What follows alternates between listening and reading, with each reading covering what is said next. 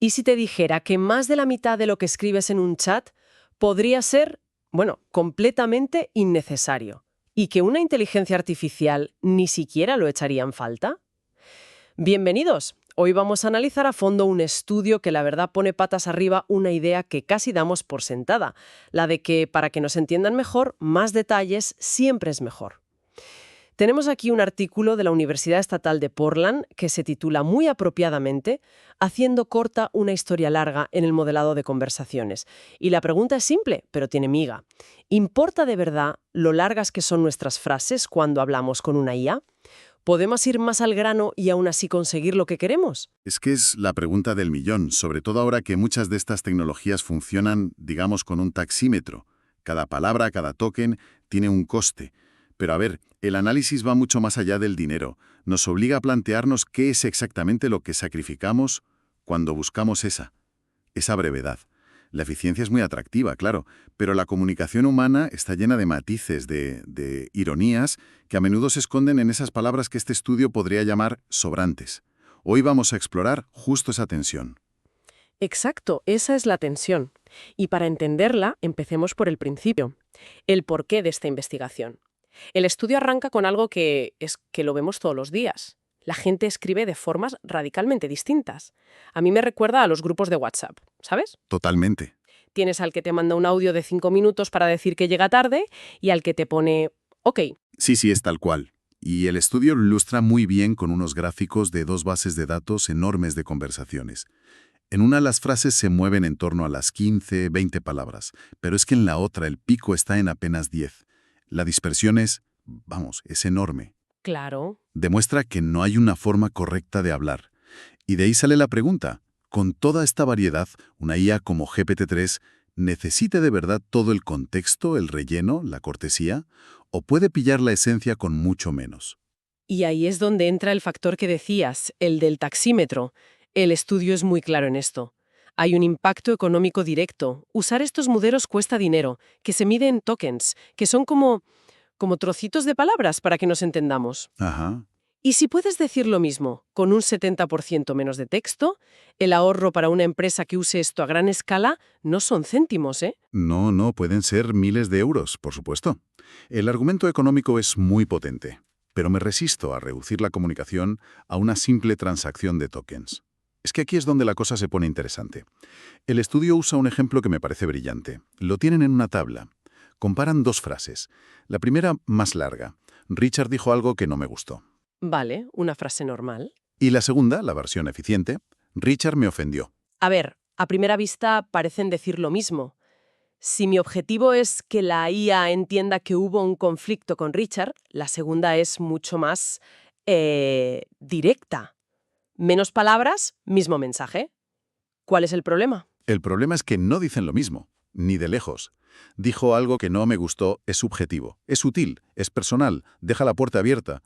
Quizá Richard no tenía mala intención o quizá yo soy muy sensible. Entiendo. En cambio, Richard me ofendió es una acusación, es una frase contundente que traslada toda la culpa a Richard. La carga semántica es radicalmente distinta. Entonces, la pregunta no es si la IA entiende el mensaje, sino qué mensaje está entendiendo. ¿Pilla la sutileza o solo el dato bruto? Es un matiz muy importante, sí, pero das por hecho que esa sutileza es relevante para la máquina. Quizá para una tarea concreta como resumir un conflicto, la IA solo necesita el dato de que hubo un problema y lo demás es ruido. Puede ser. Pero, ¿quién decide qué es ruido? Es que al eliminar lo que llamamos relleno, podríamos estar quitando también la cortesía, el tono, todo lo que convierte un intercambio de datos en una conversación, ¿no? Y nos lleva directos al núcleo del estudio. ¿Cómo midieron esto? Porque la metodología es bastante ingeniosa. En lugar de analizar conversaciones enteras, que son un caos, se centraron en un patrón muy simple. Una secuencia de 3 pasos. Eso es, una pregunta, una respuesta y una reacción a esa respuesta. Como en una obra de teatro. Planteamiento, nudo y desenlace. Exacto. Y la clave del experimento está en el segundo paso, la respuesta. Cogieron la respuesta original de una persona, la larga, y luego usaron a la propia IA para que la resumiera al máximo. Para que la destilara, vamos. Justo. Y así tenían dos versiones, la respuesta detallada y la respuesta súper corta. Bueno, al final el plan de ir a la montaña se canceló por el mal tiempo, así que nos quedamos en casa viendo películas todo el día. Para el proyecto de fin de curso, tengo que entregar la presentación final la semana que viene. Así que necesito ponerme las pilas este mismo finde. Bueno, volviendo al ejemplo de Richard, la pregunta sería, ¿de qué hablabas tú y Richard? Parecía intenso. La respuesta detallada es la original. Sí, Richard me dijo algo que no me gustó. Y la supercorta generada por la IA es, Richard me ofendió. Y el último paso era ver qué pasaba después. Le daban a la IA la pregunta y la respuesta detallada. Y le pedían que generara una reacción. Y luego lo mismo, pero con la respuesta corta. El objetivo era comparar las dos reacciones. ¿Eran igual de buenas? ¿Se perdía algo al usar la versión corta? Y aquí es donde, como analista, a mí se me enciende una luz de alarma. ¿Ah, sí? El método es inteligente, sí, pero puede tener un sesgo de base. Usaron a GPT-3 para acortar la frase, que luego le darían al mismo GPT-3. Es como si yo escribiera las preguntas de un examen, que luego voy a hacer yo mismo. Bueno, Es posible que la IA esté creando una versión corta que está optimizada para que ella misma la entienda, ¿sabes? Eliminando justo las ambigüedades que a un humano le costarían, pero que para ella no son importantes. pero espera, ¿no es eso justo lo que se busca?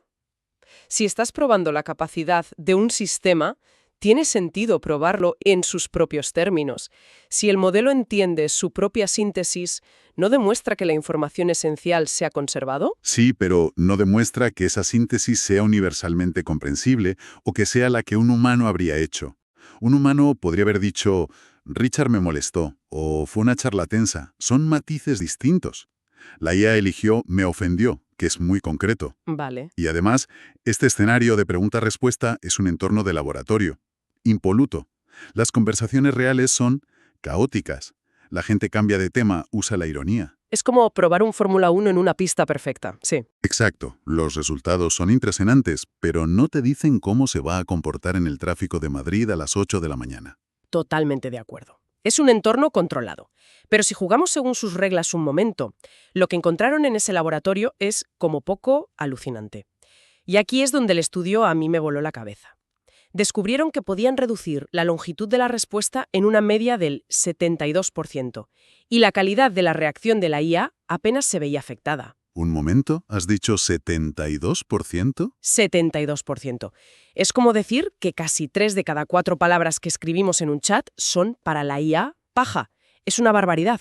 Usaron unas métricas con nombres muy técnicos, Rujit, Meteor, que en esencia miden la coincidencia, cuántas palabras se solapan entre la respuesta de la IA y la respuesta humana original. Ajá. Y los resultados eran prácticamente un calco, diferencias de un 1 o un 2%, indistinguibles. Bueno, miden la similitud, que no es lo mismo que la calidad.